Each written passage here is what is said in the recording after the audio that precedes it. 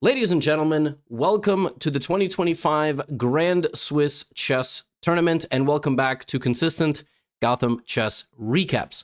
Now, the Grand Swiss is exactly what it sounds like. It is a very big Swiss, 11 rounds, with some of the strongest players in the world playing. The top two finishers make it to the Candidates Tournament, and obviously the winner of the Candidates will challenge Gukesh in the next World Championship match.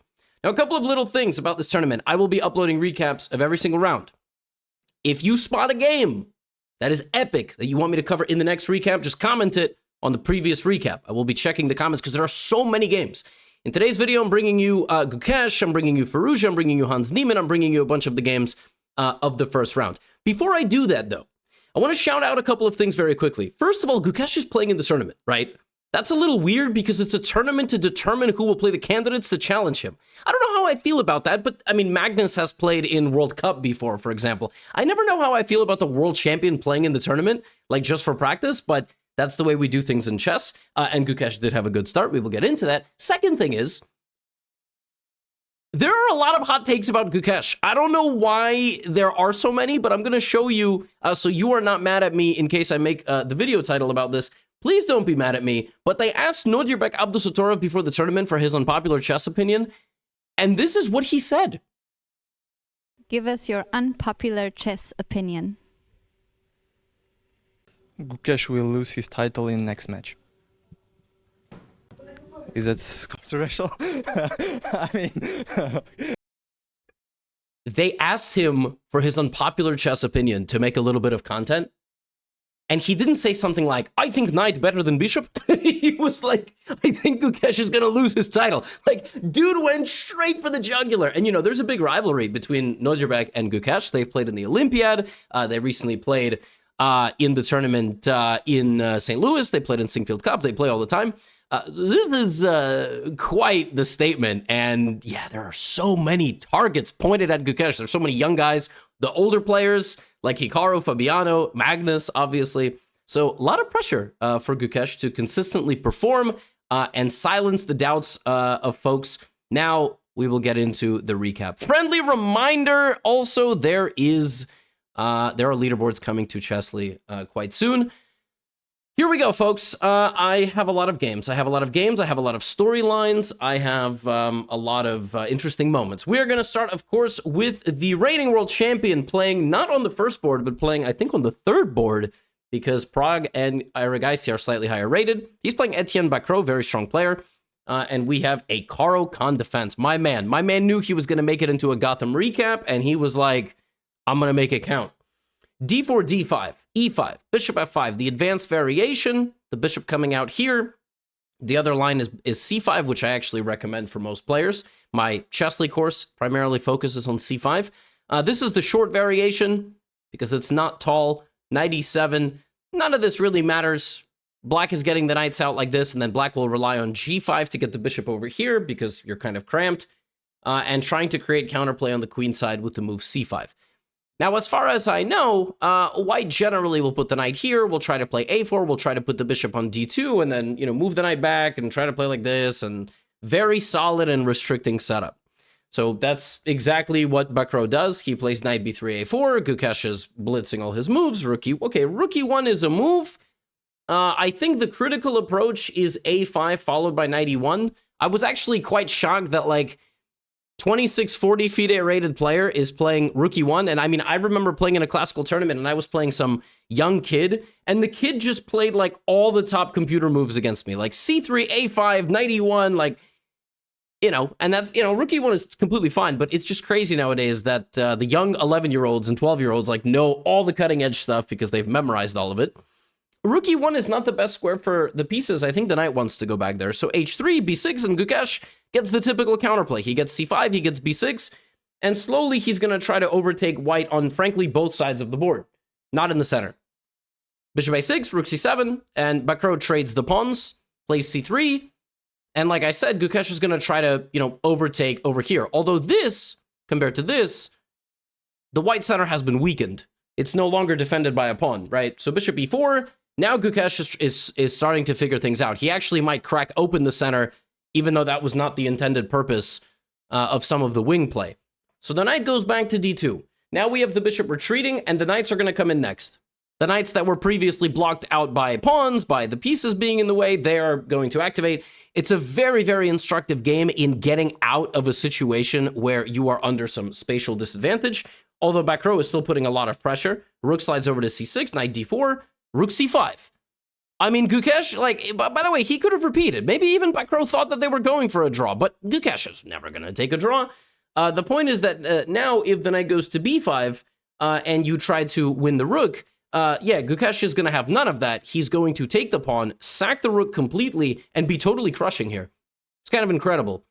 Just shows you that the value of the rook versus the value of an active knight in a middle game, it's not 5-3. It's much closer to 4-4. The knight will jump in, etc. Like, black has an excellent position. So let's back up for a moment.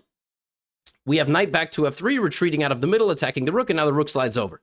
And at this point, you know, Gukesh starts taking over the game. I already said he's going to try to break through over here or in the center, and it's clear that he's the one setting the pace of the fight, right? So the rook goes to e1, defending, knight activates, hitting the bishop. You got to move the bishop, and now he's infiltrated. So Gukesh has completely broken through. And now white is just simply defending. Knight back to f1, bishop e4. It's just a matter of time. Like, every piece in black's position suddenly is completely coming alive. This is a Caro-Kann masterpiece. Bishop back to h8. He doesn't let any trades happen. Gukesh is playing this game with all 4 minor pieces on the board. Knight back to d2. White loses a pawn. Gukesh is also up some 10 minutes on the clock. And he finds a very nice moment here to strike. Knight b3. And he doesn't even take the rook. Boom.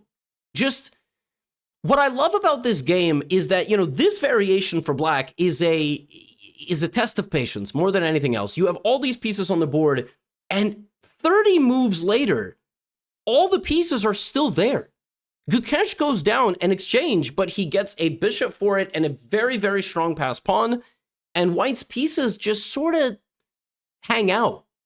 Look at one more thing. White has no pawns. All the pawns died in the battle, and so, like, because you don't have any stability, like, the pawns are kind of the anchors of the position. Yeah, Gukesh just brings the just brings the pawns down the board. He will win every endgame because he has connected pass pawns, but it's not even about the pawns. He's straight up going to checkmate Bakro. He has knight e3, knight g3 if this knight wasn't there. Bakro resigns. He resigns because he just can't prevent the incoming assault onto his position. Just can't prevent it. Look at Gukesh's pieces standing triumphantly, defending the king and attacking the enemy king. All these different things. A beautiful game. 96% accurate by Gukesh, winning with the Caro-Kann the first round. Again, the only thing is he's not qualifying for the candidates by winning this tournament. He's the world champ. So, yeah, I mean, it's an amazing performance. Now, we keep going. I'm going to show you the game of Hans Niemann. Hans Niemann in this event, if he finishes top 2, he makes the freaking candidates. You don't understand, like, Hans Niemann the last couple of years, he's been talking a lot, obviously, and he's, you know, on social media and interviews. He had a great run in freestyle, but he hasn't had, like, the win of all wins. He hasn't won a tournament to an extent that, you know, you're kind of like, oh, he's contending for the ultimate crown now. And Hans wants to become the world champ. He doesn't want to win Freestyle Vegas as the crowning achievement of his chess career. He doesn't want to be the Title Tuesday champion. He wants to win the world championship. So, can he finish top 2 in this event? Now, he's playing Gabriel Sargissian, who, seeing him at 2,600 is crazy. A lot of you don't know who Sargissian is. That's not a disrespect to him. That's just a lot of you got into chess in the last, you know, 3-4 years. And he's always been a perennial 2,700 player. So to see a lot of these players losing their ratings in modern times is just strange. Now, Hans going for the Italian. He loves the Italian. Probably likes the shop Italian as well. C3. D4, bishop G5. I mean, I'm not going to pretend to understand the intricacies of the Italians, but I have never seen the move B5, really. And I think if I go to the opening database, yeah, most people here go C3. I mean, already it's very weird. The move A4 is quite weird. Hans trading here is also a weird move. Normally people are playing knight BD2 or A5. And B5 is like already a very rare position. So, yeah, Sargissian, you know, taking the game totally out of known water. Like, he thinks for 10 minutes to play B5 and then A6. And the guys just have to play out their, you know, their game here. Pawn takes D4 or H6 is possible. But when I see the F4 square, in these positions, and the other guy, completely doesn't have any control over it, I'm immediately thinking knight h5, knight f4. It doesn't take a rocket scientist. Sargissian figures that out, and he just has a great position. He has a great, great, great position. And Hans tries to attack in the middle. Sargissian takes. Hans goes here, and very quickly, Hans just does something unbelievable. So queen f7 stops knight takes bishop, because queen f2. By far the safer move is to go g3. Kick out the bishop. Defend. Hans goes here. This is like an IRL mouse slip. It really is like a mouse slip. I mean, g4 is bananas, and in comes the haymaker, d5. An absolutely crushing punch. You can take the knight, but after you take the knight, the rook and this battery completely barrel down onto the position. A double piece sacrifice from the previous 2700 rated player. And black has triple pawns, but it's impossible for you to take anything because you can't take like this. You're going to lose your queen and then you're going to lose the knight. If you take like this, I'm going to take the knight. I'm going to sack my rook. Queen d2, queen f3 come crashing in. Hans Niemann is up 2 knights, but he's got to very quickly give away at least one of them to survive the attack. Queen h5 is -3. Sargissian takes the knight, and then he could take the pawn. For whatever reason, he didn't take the pawn. He didn't like it. He went here, threatening this and this, and it looks like he just has the attack of all attacks.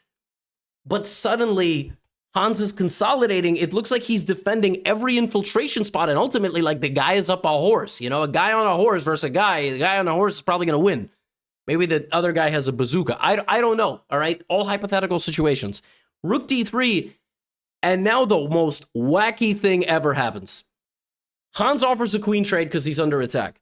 If Sargissian plays queen h4 check and then simply reinforces the rook, he's -2.5. Now, he doesn't know that, and he doesn't have a lot of time left to make the rest of the moves.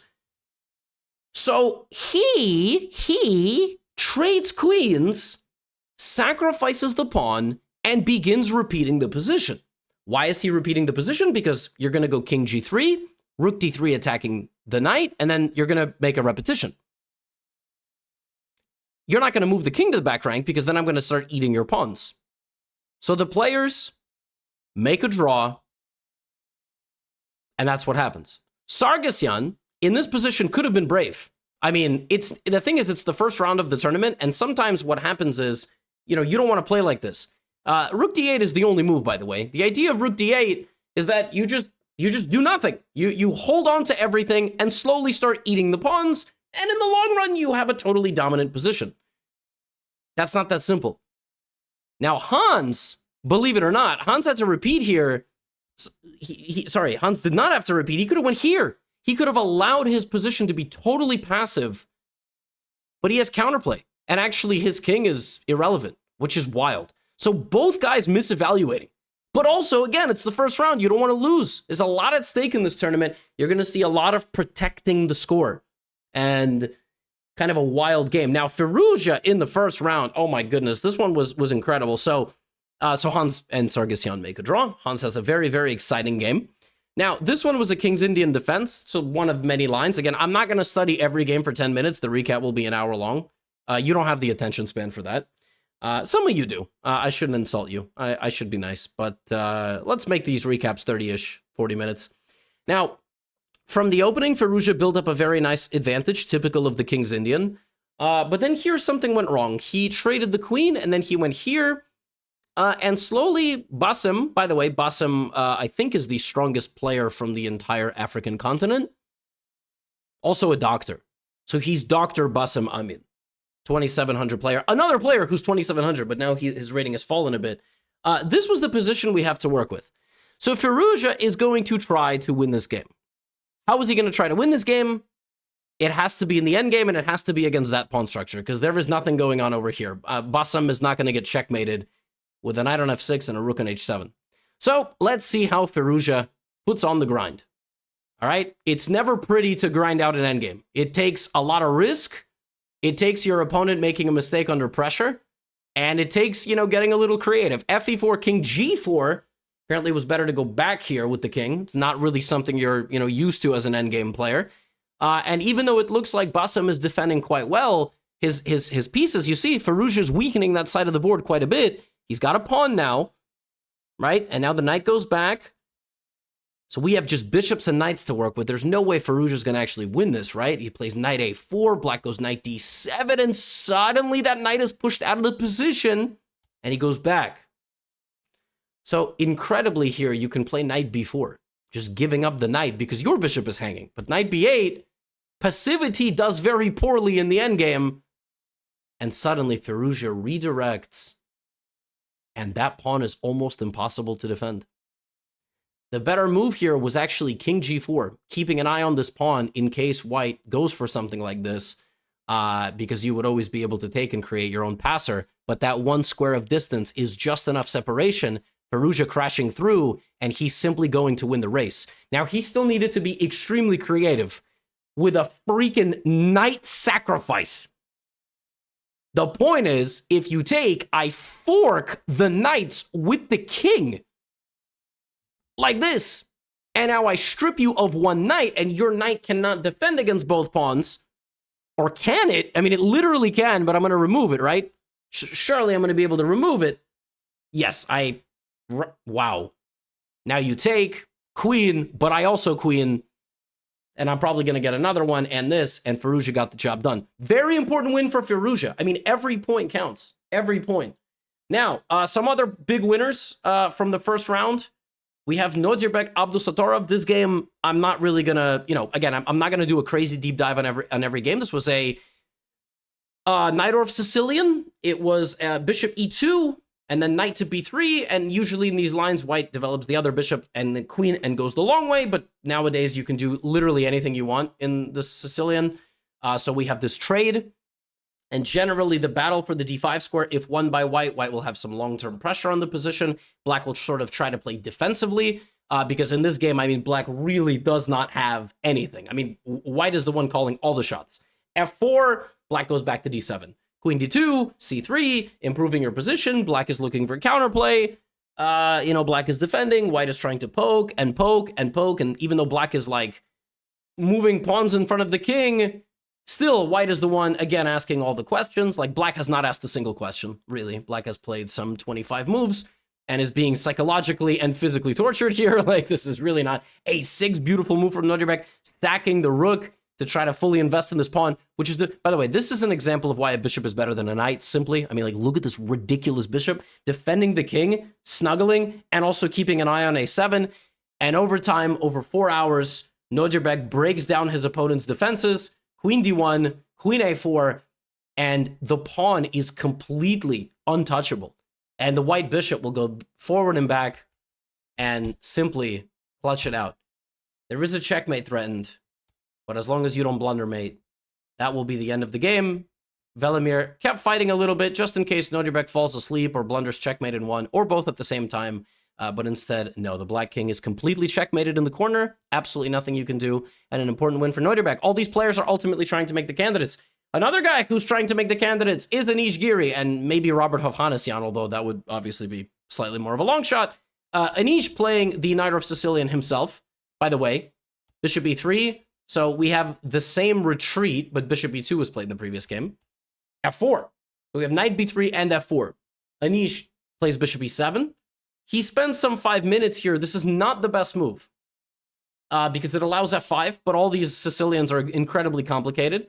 And Anish baits his opponent into taking a huge risk. So he plays bishop e6, bishop back to d7, which is risky business.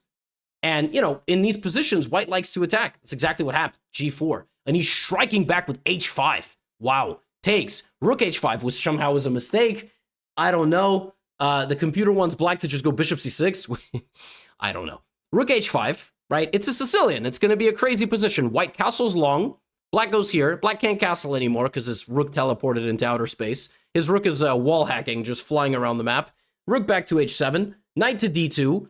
And the second you take a step back, black is going to launch his own counterplay with rook c8. There's the move b5. And now Anish is taking over the game. Because the rook here somehow defended everything. White never got the attack going. Taking on h2 is... Anish is just looking for some fun. He really is. Rook h2, knight f3 kicking out the rook. But now Anish is like, well, I'm up a pawn. So I have a bailout into all endgames. I'll just simply have more pawns than my opponent.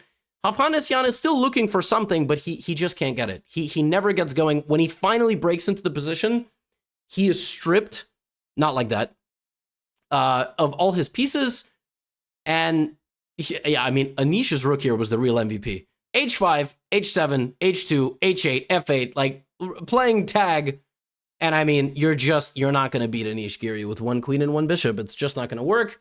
Anish, excellent defending. Rook C3, he was trying to be me, you know, he probably played this move and was like, the rook. Although, you know, even just A4 is fine. Rook C3, nice idea. Can't take with a pawn. And then he plays king. And for the record, I mean, Anish Giri, my guy, sacrificing 2 rooks in one game. Really, this is some sin. And then obviously, if rook here, there's queen here. Got to go A4. But this endgame is losing. I told you a long time ago, Anish went to the endgame. He knew that even in all endgames, he was going to win. He trades. Beautiful play. Great game by Anish. Anish should have a drink after this game, not a mocktail, you know? But a very nice win. He took the exact amount of risk that you have to take against the player, 120 points lower rated than you, and he gets the job done. Now, there were some other, like, epic games. So, here we got a queen sacrifice. This is Aydin Suleymanli from Azerbaijan versus Murali Kartikyan. Kartikyan went viral some years ago for playing an incredible queen sacrifice. This one was an Alpin Sicilian, okay? Bishop c4, knight b6.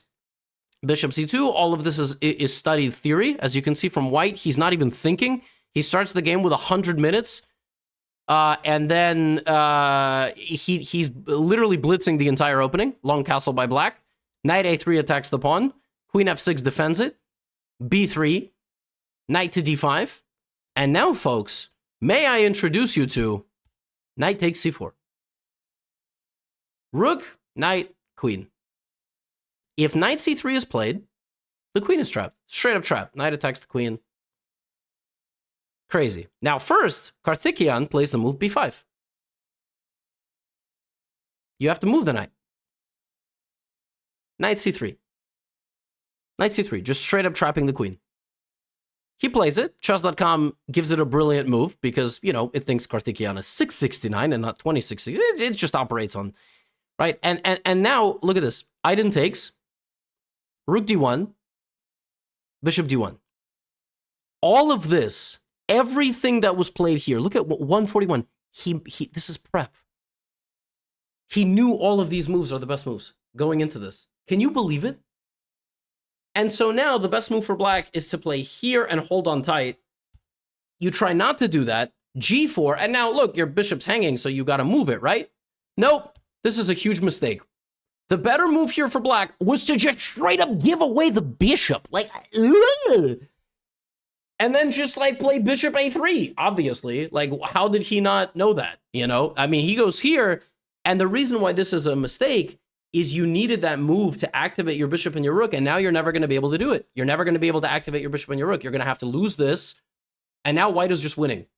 Aydin Suleymanli, for the first time in this game, thought on the 25th move and won this game with a full extra bishop. And then he just has to convert, which he shockingly did because he knew how to win the game up a bishop. Yo, this is wicked stuff. The fact that you could have all this prepared, queen sacrifice in your preparation, sickening. Really, I don't even know what this is. Now, some crazy stuff happened on the women's side. First of all, the second seed, Tan Zhongyi taking on Oleg Giriam. This was an exchange. Queen's Gambit declined. Again, we are not going to get into the intricate details of the opening. All you have to know here is that, you know, Tan Zhongyi is just played for the World Championship. She's one of the strongest women in the world. Yeah, this game was kind of crazy. It was slightly better for black, who was taking over. And she was just pressuring on the queen side. Everything was good. Knight f4. Tan Zhongyi playing excellent chess. c3, apparently the wrong move. Apparently you got to go b3 first. Beats me. c3 is apparently wrong, but it's still around equal. Black is still obviously trying to make some progress, and the pawn is very strong. And then in this position, rook c8 was played, and that is a huge mistake because rook a1 is coming with rook a7, and black is worse. And suddenly black is simply losing. Just totally lost. You had to go to the other endgame and try to defend it. Tan goes here, and the second seed goes down to a queen and rook endgame. just simply up 3 pawns here. You just have to not blunder a stalemate or a perpetual. And Giri, a very experienced player, just pushes her pawns. Even you could have won the game. But what happened on the first board was even more crazy. It was a French defense between Muzychuk and, I'm not going to lie, the person playing with the black pieces is a very strong and experienced player. I think she recently got the IM title. I don't know how to say her name. I will probably say it's something like Gal Joka. That's what I would say, Joka, but Hungarian names are tricky. You can let me know in the comments. It's one of my favorite things when people are like, Levy, you're so smart. You're way smarter than the average American at pronouncing names. An American would say, Zisoka Gal? That's what we would say, you know? And then we would, you know, go to a gas station food court and fill up our gas for the next 10 months because we saw a news report. That's what we do. I don't know. Some 95 pawn takes. Now, in this game, Muzychuk was showing why she's a very, you know, experienced player. She played a very good positional game. Rooks, you know, she had the bishop pair. She kicked out the knight. You know, she's going to centralize her pieces and hunt down the weaknesses. And rook e1, she didn't have to go rook e1. She could have maybe went bishop g7 and hunted, but she was like, in the long run, I'm just going to break through. And that's what she did. That's what she did. It's now a knight versus bishop endgame. She's going to win both pawns. h5 by black.